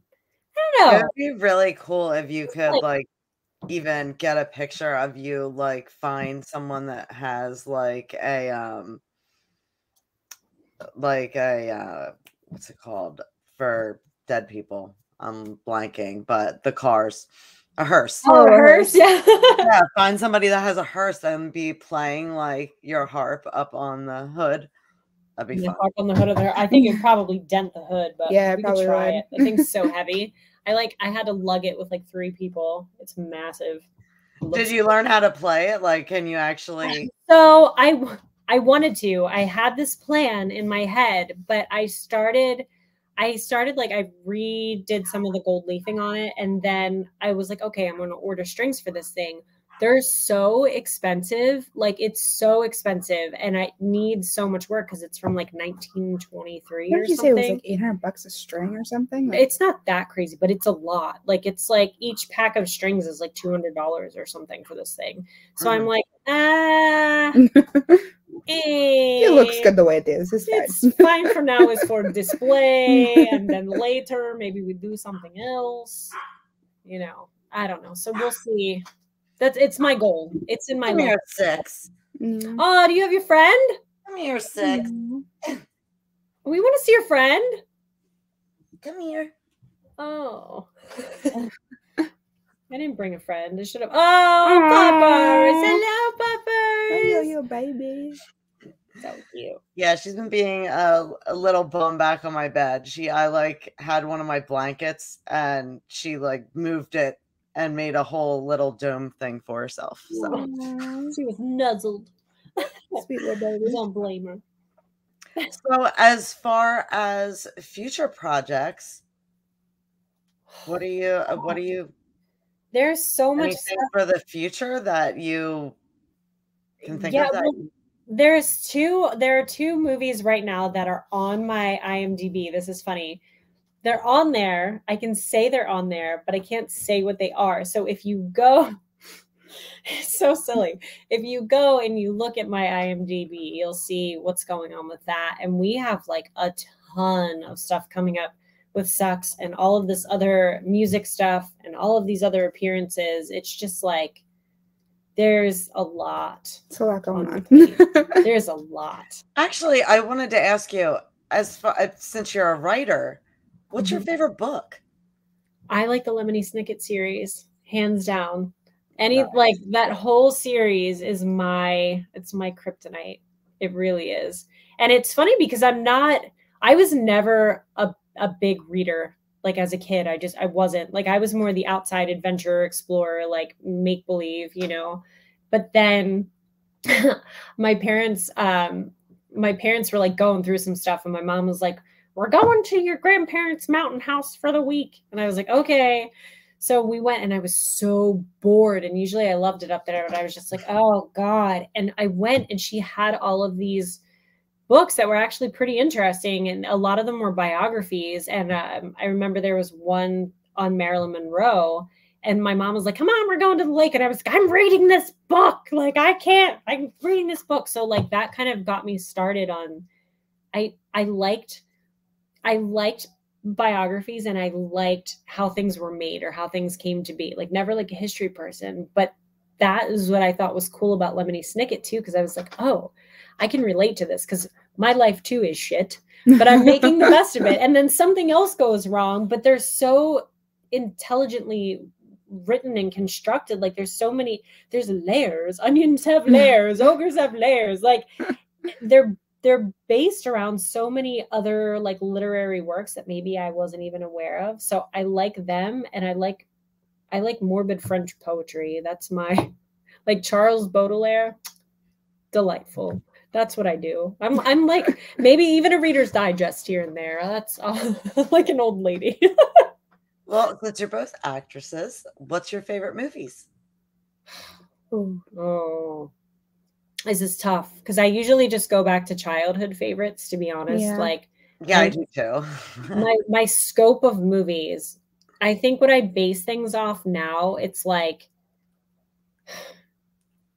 the Addams Family movie when I was a kid, Casper, like Gremlins, Killer Clowns from Outer Space. Oh, Killer Clowns from Outer Space. Love. My Girl. What else? Little Monsters. I literally, it's just the trickle down effect. And they're my comfort movies. Yeah. They're everything that I watched as a kid. That's like my favorite. Goonies, you know, like Happy Gilmore. Happy Gilmore was great. Mimi's First Time, 13. Random Flag, Grumpy Old Men. Yes. Grumpy Old Men is such a great movie. I could watch that all day, every day. Step Brothers and Anchorman are basically that's like our Bible. That's our love language. I love The Wedding Ringer. That's another really funny one that I can watch that like over and over and over again. Trick or Treat. Death Becomes Her is in my top. Yes. I love Death Becomes Her. I feel like that's just me as a person. I actually did that for 1 year for the 31 days. I had done the hole in my chest and the whole 9 yards. I love American Mary too. American Mary is really underrated and it's a really good movie. Yeah. Yeah, I don't think I've seen that. What's it called? American Mary. It's really gory and has a really, really sick underlying tone, but it's like it's also like a woman triumph movie too. So like she gets back at all the men that have hurt her. Speaking of woman, I'm sitting here looking at myself like it's so unattractive. I don't know what I'm doing. Just you can never be I'm being comfortable and casual. My nerdiness. So I've got to ask, in your opinion, what is an important quality of a film director? Communication, actual communication, being able to kind of keep your cool and speak your vision, which is pretty much just what a life thing, a 100%. personality thing. I feel like the best directors that I've ever had actually direct. I think a lot of directors are like, well, we cast this person because they're just perfect for the role. And that's fine. Embody your character, like embrace that, go for it. But I know for me personally, I really like when somebody actually helps me bring the story to life too, or says like, hey, this is cool. Let's try this. Let's try this option. I like when a director is inspiring and they bring things out of somebody that you don't even know that you have or that you're capable of, or they're helpful as far as tips. Cause even now, I mean, like, look how awkward I'm sitting here. Like, but like having somebody that's like, hey, try this, or I don't know. It's an inspiration thing. I think it's really important. And I think a lot of things that people don't realize too, you're seeing the director, like you'll have a director pop in and out when you're going through hair and makeup or whatever. And then you don't really see them until you come on set again. Yeah, you have your meetings ahead of time, but that whole flow, that whole creative flow, like when you get in a day, the first people that you really see is your makeup, hair, and wardrobe. Like that sets the tone for everything. So if you have a hair and makeup and wardrobe and everything that can work well with the director, that's such an important tie-in. So it really, I think, just comes down to communication, honestly. I'd say connection too, someone that can connect to the character and to you and knows you and can help and not the ego thing, because Sophie and I have worked with a couple directors too, where we've done some projects and we're just like, what are you thinking? Like, be receptive to other people's ideas too. Like, just because you're steering the ship, you know what I mean? Like you still have a whole crew. And I think that sometimes in the director's chair, there's a lot of, I say just in life too, if like you are the type of person that has the mentality that you're better than someone, or that your way or the highway, you're not going to get very far. No, sucks to suck. It does suck to suck. And people aren't going to want to work with you because you can't be receptive, you can't connect, you can't lead. There's a difference between someone that's in charge and someone that's a leader. That's a leader, 100%. Yeah, because someone that's in charge is just going to tell you what to do. Someone that is a leader is going to show you what to do. Yeah, I love that. Yeah. Yes, ma'am. If there was a movie made about you guys, who would you want to play you? Oh man. Famke Jensen. I just love her. She's one of my favorite actresses, and her name is escaping me. She played Suki in Gilmore Girls. Oh yeah, what is her name? She was in Identity Theft, and she punches the guy in the throat. What is her name? I'm drawing a blank, but it would be her. Melissa McCarthy? Yeah, that's it. Yeah, her. Yeah. I want her. I don't know. I feel like who would be quirky enough to be me? I feel like it would have to be just somebody weird. Who's the weirdest person we can think of? Besides ourselves? Yeah. Oof. There's got to be somebody that could pull it off well. I think Jenna Ortega. She's so cute. I feel like I'm not that cute. You are cute. Oh. You are cute. I feel like you need somebody that's a little more like, if like Jenna Ortega and Angelina Jolie had a baby, then yeah. That I would love that. Yes. I would just swaddle it. So who would be your love interest? Oh damn.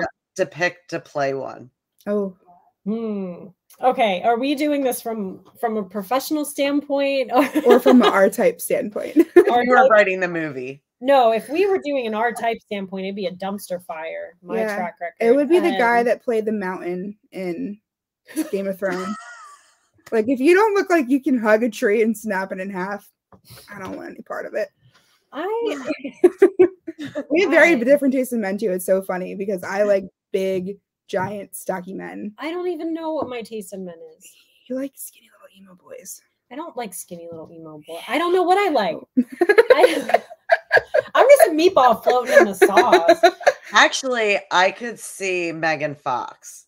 I could see that too. I got mistaken for her in California years ago, and it was really kind of funny because I was with my publicist at the time, and she was like, little Jamaican lady. She's like, just keep walking. I'm like, all right. She's like, just go with it.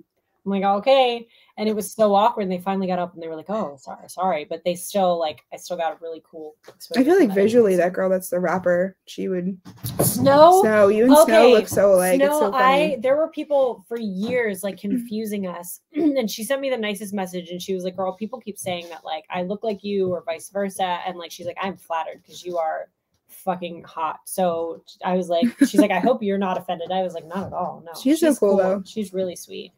As far as guys, I don't know. Like I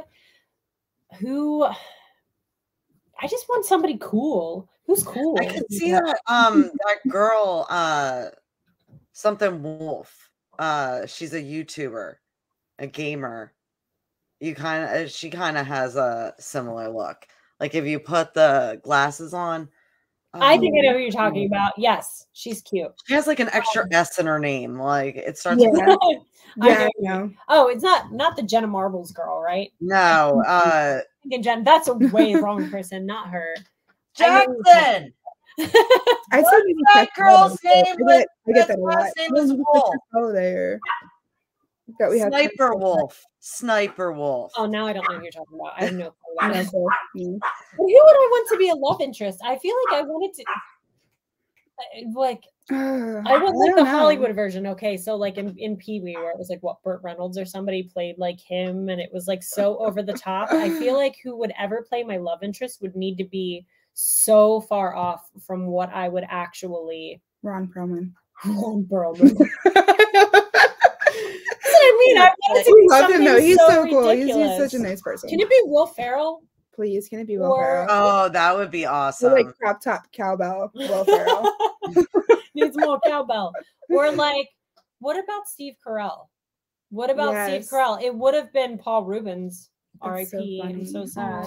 Oh yeah. But, no, it's got to be just somebody ridiculous. Yeah. They were playing Pee-wee though yesterday on like a bunch of the stations. I was like, yay.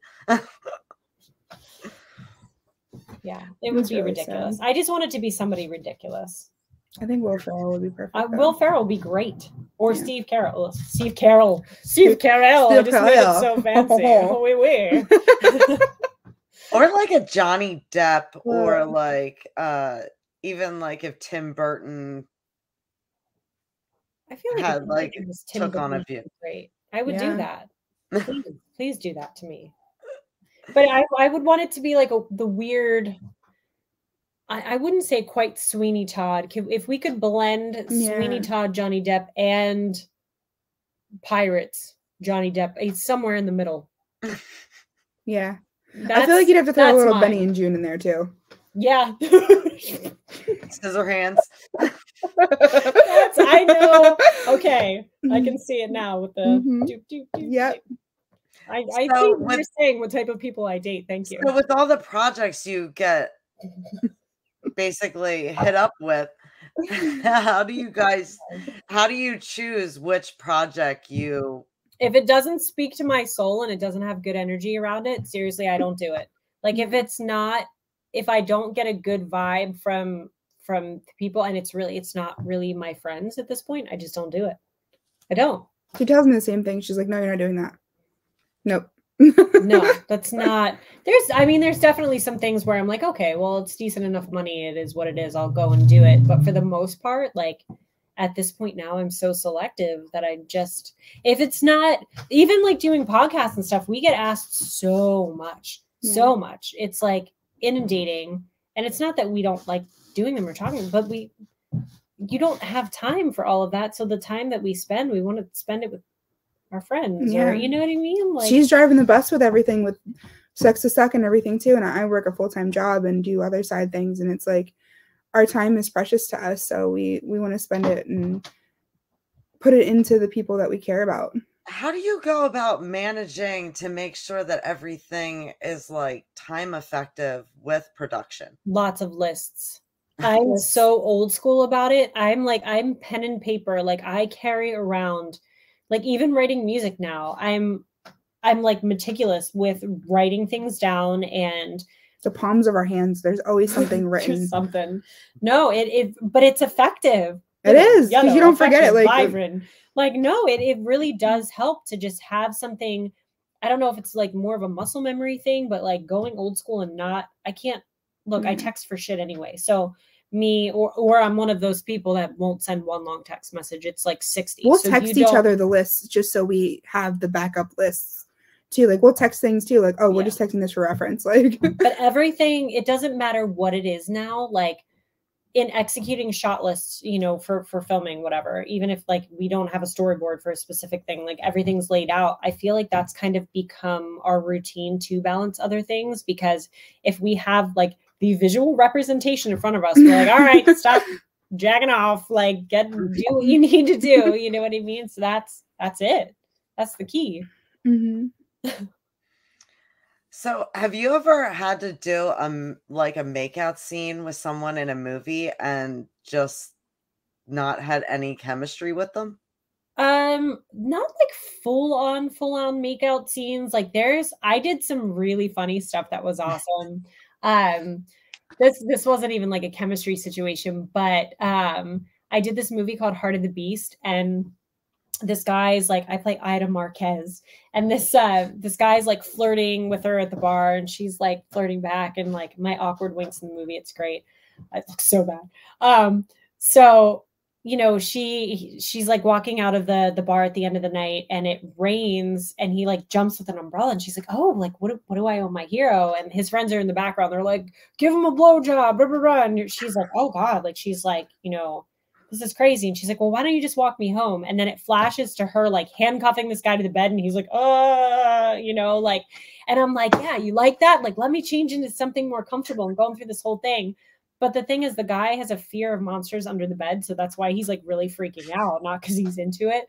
But it was like funny and awkward to do that because I'm trying to like straddle this guy and like not crush him and like try to handcuff him but not hurt him. So you're trying to like semi be sexy and funny. And you guys gotta have so much fun. Like we were really trying not to laugh. And like that box of lube that I told you that I was on, this was weird. So he had like a flesh colored like thong thing, like he's all tucked and prepared or whatever, nicest guy, but he's like, whatever you do, don't make direct eye contact. You can't look at me. Don't look at me. I get it, dude. I get it. Okay, cool. But you're making it weird. Stop telling, like, what? I'm not going to like, I don't know what to do here. So the whole shoot, I had to angle my head for the picture really weird. So like, it looked like we were kind of in a moment, but then the whole time I'm like, don't fucking look at him. Don't look at him. And like the actress part of me is like, look at him longingly. So I'm like, it was such a weird mental conflict that, dude, I'm like, don't give him a boner. Don't give him a boner. Don't like, it was so weird. So there's definitely been some instances that were weird. And yeah, there's been people that I've had to interact with where I'm like, oh, fuck my life. Like this is pulling teeth, but you just got to do it. So you got to give yourselves little pep talks and you're like, all right, just go for it. Just do the thing. I did a movie like years ago that I was with somebody who was really insecure at the time. And like, there was a fight scene between my boyfriend and I, and, you know, he like gets up close and whatever. And there were some things and there's like these flashback scenes. And, then there was like bathtub scenes. And he actually he came to set and he started such a fiasco with me, like arguing with me, all this stuff, like all these insecurities came out and he's like, you're doing this and you're doing that. And that's when I was like, never again. Like it ruined so much for that day of filming that he was the awkward one. He was the one I'm like, this guy with terrible breath, I'd rather make out with and get yelled at by this like crazy abusive boyfriend. So I'm like, there's no win to this situation. I got to argue and make out with the dude with bad breath. And then I get screamed at by my boyfriend at the time. Like, where do you go from here? I cried that night. So I cried a lot. At least in this movie, I only have to deal with a banana.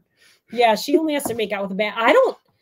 It's kind of a spoiler, but there's alluded things in this. And there's one scene where it looks like I'm really making out.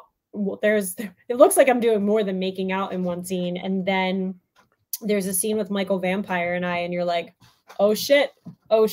But are we really making out? Do you know? Well, maybe you don't know. It's a mystery. So there's that. So Sophia, since this is your first movie being in, what has been the most memorable moment so far for you? Oh, I want to hear this. I'm excited. The most memorable moment. Was it the food poisoning? Which time? The dysentery.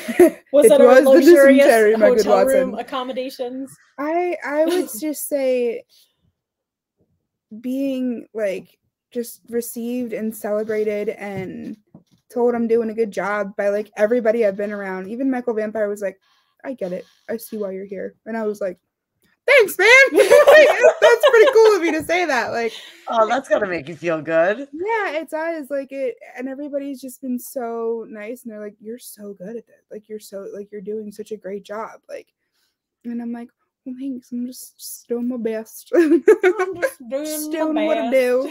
Screaming and deep throating manners. So as far as movies are you guys looking to do more movies together in the future? I mean, is that the goal? Having a blast, honestly. I would love to. We're gonna do whatever we can. Yeah, I think from this, like I really try to write it in a way that, you know, initially it wasn't even supposed to be a feature. It was just supposed to be some fun little thing that we were going to throw together, and it just snowballed in, you know, and the energy around it is infectious. And that's why it just grew and grew and grew and grew and grew. And then, here we are. So I ended up just kind of setting it up so that we could essentially franchise everything and build. Then we just get to hang out all the time, and everybody that's like come along with us just gets to be there too. So I'm like, this is a win-win for everyone. I like it here. So yeah, I would love to do more. And there's certain things too where I'm like, oh, why don't we do like a spin-off of that? Why don't we it's just turning into its own monster in various ways, and it's so much fun. Plus, I feel like we've even, you know what I mean, that wasn't something that she did necessarily. She's like, oh, what about this, or what if we do this? And it's given birth to so many other ideas where I'm like, over a 2-week span, we could in theory, with this location we have, there's no reason why we were just talking about that about my aunt's place. I know. Okay, so this is right. This is kind of funny. While you sip water. Okay, so I don't really smoke pot or anything, whatever. So we go to the cabin, right? And we're there, and I have this little pen. So I was like, oh, whatever, it's fine. So I'm gonna go to bed anyway. So then I'm like, that stuff's not strong. It's cool. And I'm sitting in the cabin by myself, and I'm like, wouldn't it be crazy if there was this movie and then there was these people and they were friends with this girl and they lured her to this cabin and then they start just feeding her, but they're poisoning her and all this stuff's going through my head. And then I was like, oh man, maybe that is pretty strong. And then my phone rings and it's her, and she's like, adult snacks are ready. Yeah. She's like, adult snacks are ready.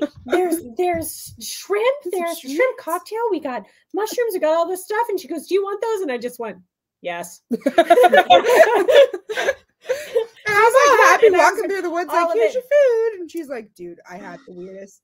I just had a moment, and I got to tell you about this thing and the story and this people, and they're feeding this girl, and they're going to sacrifice her, and they're poisoning her. And you called me offering me snacks. So it was a whole weird moment, but it literally is the perfect property for that. I don't know that I'm ever going to smoke pot ever again. I bet the shrimp to let her know that she was safe. The shrimp was just a fun thing. Blackcraft, they came out with gummies that are bats.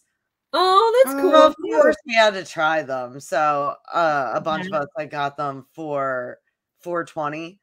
Oh. My one friend. Oh no! My girlfriend named Nameless. He took one and ended up watching HGTV with his wife, laughing at simple words like "what if that." Worst things that could happen. That's not the worst. It's but not. Yeah, my first experience with gummies was really bad. I ate 17 peach rings, and I was sitting in the couch like this because I was so sure that my joints had gone and my ankles weren't working and my head was going to fall off and I was going to die if I moved. Yeah. Oh, it was terrifying. Never again. 0 stars. Do not recommend. Not on Yelp. Nope. No, but I think a lot of gummies. 17? Yeah, well, I didn't know that they were, and I was already stoned to begin with. So I'm snacking on peach rings, thinking it's all fine and dandy. It was not. It was not. But it was not fine and dandy. The peach rings are really good, though. In your defense, they are really good. Traumatized. I can't smell peach rings without wanting to vomit. So I only have, we're running out of time because I've kept you guys a really long time. But real quick, what do you think about the new technology in filmmaking? Technology is a blessing and a curse. Yeah, it's real. There's certain things that I think I personally really liked the older visual storytelling when people were building all of these massive sets and you really felt brought into this environment, right? So it's been cool to watch the fusion of that over the years. And it's fun to look back and see some of the what we thought was cool at the time. It's just shitty CGI now with the seams, but it gives it that je ne sais quoi. You're like, I love that. I love shitty VHS. It's so good. And I think that's cool. I think things Unreal and being able to build these environments are really cool, but it's it's alarming to me to have, I wouldn't say that, like, I guess all elements of AI are bad, but when you're taking things from other people, and this is part of the reason for SAG strike too. Yeah. So what these companies wanted to do is they wanted to bring these actors in. Okay. And sometimes, like, here puts things into perspective. If you're in Philly, acting for profit basically is a hobby. If you're in New York, it's a part-time job. If you're in LA, it's a full-time job. That's how most people break it down, right? So these people that are strictly union have to go and they have to work like 180 days or something crazy, actually physically on set, to even get health benefits. That's just doing like background work, just doing what they need to do to pay their bills, to live their life, right? So what these companies are offering is that they want to bring these actors in. They want to do a scan of them. They want to pay them a day rate, 1 day's rate. So it's like $300, and then use that likeness, that image, for life. So how do people live anymore? And then what, does everybody have 8 fingers on one hand? Like, how do you? You're taking the art away. They're definitely making it harder, even with social media, like, to make money. Mm-hmm. Oh yeah. Oh my gosh. In 1 week, I was like, my Instagram was doing great. And then it said something, like, they never like told anybody, and they just, like, the monetization was gone. So I was like, well, that sucks. Like, thanks, our guys. lives were doing great when we would do like lives for sex and stuff. And then all of a sudden we get demonetized, and it's like, okay, but we really want to touch and reach out and like, and be a part with our like base. And you're taking that away from us because we can't do from that. what I understand, Facebook, TikTok, or no, Facebook and Instagram, and then the only 2 really that are left are like YouTube and TikTok. Yeah. And they're making it really, I mean, I've watched people talk about it daily on TikTok about how hard. But they need those creators to keep their app running. The platform wouldn't be there without all of that content. And I noticed, like, that's what Instagram did. Like, Instagram pushed you to make reels. It pushed you to get all this stuff because they wanted the outside advertiser money. So it was like, look how much time people are spending on here. This is why it's profitable for your company. So they dangled a carrot to these people, and then they kind of like yank that out. But to get your same reach and to be able to get your brand sponsorships and all this other stuff, you still have to keep making the same amount of content. I mean, look what OnlyFans did. Like, they wanted to take adult content off of that, and that was most of their money. Yeah. Now, as far as the sites that you're on, what do you find is the one that kind of pulled in the most before it all changed? I mean, like, now it's all changed. Oh my gosh, my OnlyFans page was great, and it's mainly just like boudoir content on there. It still does well, but not like it was doing. Like, it was really, I think that's because there was a lot of hype there too. Plus the economy has shifted. You know what I mean? People aren't spending, and they're not making what they were making. But I enjoyed that platform too, because I stated from the gate, like, what I did. And there's all different stuff on that platform. And I think that's great because you literally can do whatever, and you don't have to worry about, getting flagged if you're doing something that's like inappropriate in their eyes. Or I will say, what really upset me with OnlyFans though is I did like a bunch of different cosplay. Like, I did a female version of Sam from Trick or Treat, but without like the spooky face. But it was still like, his outfit tailored in like a cuter way, whatever. And I had the lollipop, and there's like blood on the lollipop, and then like different elements in the scene, and they pulled the content.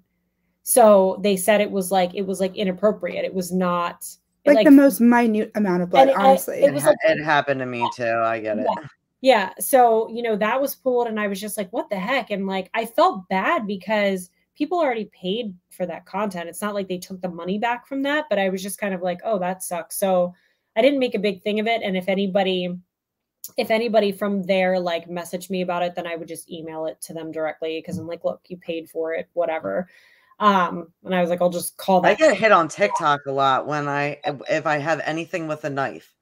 TikTok is like becoming the overlord. It's anything with a knife, anything with blood, anything any other site. I kind of gave up on TikTok. Like, I feel like I'm like, maybe I don't have I don't have like as good of a grasp of certain things with social media as I should, but it was like so ridiculous because I posted like a behind the scenes from a shoot and it was really pretty and it was really tasteful. And it was the first thing I posted and they flagged it. And I was like, what the hell? So like, and it got so much traffic. So I was like, yo, I'm going to do great on TikTok. Oh, psych. Just kidding. So it was like, I kind of lost the drive to even do anything with that. And there's a girl, Sabrina, that is in a model group with us. She's got like, oh my God, how many? She's got like 8 or 9 TikToks because she's like, half the time they get yanked and they get pulled. And I've watched people with like huge, like millions and millions of people. That's become their entire thing. And they just get yanked. And it's a lot of anyone that is anywhere remotely involved in the adult industry. They really target them and they really shadow ban them. But honestly, but then there's other people that have their whole buttholes out. It's a whole job. I mean, I feel like social media in general, that is like a whole thing, just keeping up with all the sites, making sure that you're posting on a regular basis. No, that's even this week I've been trying to like, because I wanted to keep my algorithm up because we have other stuff going on. And I want to push this show in Vegas because there's a lot of people out there that I want to see genuinely. Like, I just want to see them. I want them to know about it. So, I've been trying to kind of post on there, but I'm noticing too, it's like Instagram's really confusing, right? So it'll say like, check out your business profile, whatever. It'll tell me like certain content cannot be recommended to followers because it may include things that go against their guidelines. And then you appeal it. And so basically somebody probably trolled it, but I have one picture that I refuse to take off my page. It's such a pretty picture and Pee-wee's on the side, but it's like side butt cheek. Like I'm in clothing. Like there's nothing inappropriate. A lot gets banned in Canada too. For some reason. Yeah, like Canada's pretty locked down with stuff. Yeah, like I get banned for all sorts of stuff. But then there's girls that wear fully like transparent things. Like you can see all their bits. It doesn't matter. They're technically clothed then. I'm like, too. Like, oh yeah. And there's a lot of like younger girls doing stuff again, which like I can't. Yeah. I don't know. I don't even know. But they don't get banned. They don't get blocked or anything. But it's grown women doing grown women things. And I at least daily I see something that would definitely go against the guidelines that is not being looked at. Like if you're an adult, like I don't care. I feel like it's the internet at this point. I feel like you're gonna see some stuff. Like Twitter is like full on porn. So I don't. Yeah, Twitter's bad. Twitter's like almost one of my TikToks got banned because I was dressed up like Ghostface and I was twerking with a knife. And they said not only was it adult content because I was twerking, I mean, I was in a black dress. And then they said that violence with the knife. Yeah, I'm like, violence, really? Anything with certain weapons, which is weird because then there's other things that I've seen. There's actual violence, but they won't take that down. So it's like, I don't know. Who knows? Who even knows? I don't know. Yeah, it's crazy. I just keep looking at stuff like, people were like talking about how there was that one Black Mirror episode and like things were controlled by your social score and all this stuff. And then if you look at like certain parts in China, I guess like that actually happens. Like if you do something wrong, like your bank account's automatically flagged. You're like, they know who you are. That to me is so crazy and so terrifying. Like, well, I don't know. Like what, how do you? I mean, even them coming out, I mean, Congress just admitted that there's aliens. I mean, like that's totally. We won't go down that hole. That's a distraction for sure. But like, didn't we already know that? Yeah, I mean, we already knew that. And it's I'm like kind of bummed that I didn't I didn't have a alien friend. Like that I knew of. Maybe you do. You never know. I don't know. That I knew of. I remember when crop circles as a kid, when that was like the fad, that like all of a sudden there were these crop circles and it happened right down the street from our house. And I had a dream the night before because I saw that Fire in the Sky movie. I was tormented. Here's childhood trauma for you. Let's tell this story, even though we're running out of time. So I went to the drive-in in the mountains and I saw Jurassic Park and Fire in the Sky was the one that was afterwards. So how cool was that though as a kid, like Jurassic Park? Whoa. But I started falling asleep and I woke up during Fire in the Sky when they're like probing this guy and sticking this thing in his eyeball. And I was like, oh, like I don't know what it is about aliens. Like, I could watch horror movies all day, but something about aliens and the abduction and the probing and the like, it didn't sit right with me. So then we get home the next day and I have this dream that I'm abducted. Lo and behold, I have a lump in my arm. It's still there. I can feel it. I had it my whole life. This is not, I just discovered it after this stupid dream. There's this weird bump in my arm. So anyway, I wake up and I'm like, oh, I got abducted. And they put this implant in my arm and I can feel it. I can feel it. I'm freaking out, right? And then there's a crop circle right down the street from the house. And I was like, I told you. Like, I knew it. So sure enough, I thought for like weeks that I like convinced myself I got abducted by an alien. And that was the proof. It wasn't. It's not. I'm on the opposite side of the spectrum. I always wanted them to come down because I was like, yeah, can of worms. Like, this is going to be fun.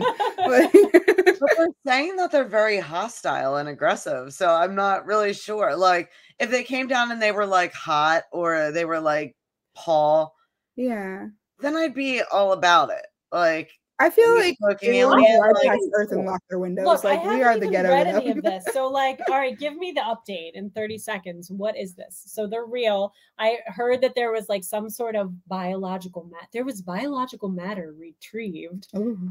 But that's all I heard. That's literally all I know. I don't know. There's so many different outlets. I mean, they just went crazy with it. For the one that I was reading, they were saying that basically we jumped like 20 years in technology, and they were saying that it was basically from the aliens. But that leads me to the point, if aliens have leaded to the technology, then Bill Gates and Elon Musk and all these people that are like wrapped up with this like technology, they're either like cool with the aliens or they are aliens. Like, yeah, honestly, not trying to be a like conspiracy theorist, but I mean, go for it. Makes sense to me. You're into it. Get some popcorn. What was that movie where he escaped from Area 51? Paul. Yeah. Paul. Yeah, that was a good. That was definitely. Yeah, like I'm kind of bummed that I don't have a Paul, but if they're aggressive and mean, I mean, I don't know about that. Yeah, I know. Yeah, I'd be freaked out. That's like not a lot like freaks me out or like shocks me at this point. But I think if an alien started chasing me, I think humans suck. Like, let's be real. Like, I don't blame them for being hostile. Yeah, that's not how I want to go out. But it's not how I want to go out. But if I got to go out by alien, I guess it could be worse. Well, on that note, we almost kept you like 2 hours. Oh, really? Oh, wow. Oh, wow. I can talk to you guys all night. But we definitely got to have you back on. Yes, in the future. And thank you. We're gonna work on our accents a little. Yeah, we'll have to. I'm very disappointed in my London vampire. It just wasn't. I have a weird thing with London. Oh, I thought it was pretty legit. Oh, really? Yeah, I was telling you. I retract. It's fine. I think Sophia was right though. That you got to slow it down just a little bit so that it's got that like elegance rolling off. You're so elegante. But thank you so much for coming on, and we wish you all the luck in the world with everything with Sucks to Suck. And we have all your information, and if anybody wants to donate, they just donate to your Venmo or Cash App. Yeah, that works. We'll put it in. We have a nice little list of our contributors, and we got a bunch of cool stuff. So. And do you have and the Sucks to Suck website is up now too. On there. So is there kind of a date that you have in your head that? Well, originally we were going to put this out around Halloween of this year, but it looks like we're actually possibly doing a music festival too that ties in with a lot of the artists from this. So I don't know that it's going to be for Halloween now. And I'm not upset about it. Like, but roughly that's where you were at. Yeah, that's where we were at. But, finishing the last part, like we do need some other funding for the end. And I have some meetings with some other people, but I'm like, it needs to be from the right source and it needs to be from people that are passionate about the project and that get it, because this other buy-on or this whole trying to like, oh, I'm gonna date you. No, we're not doing that.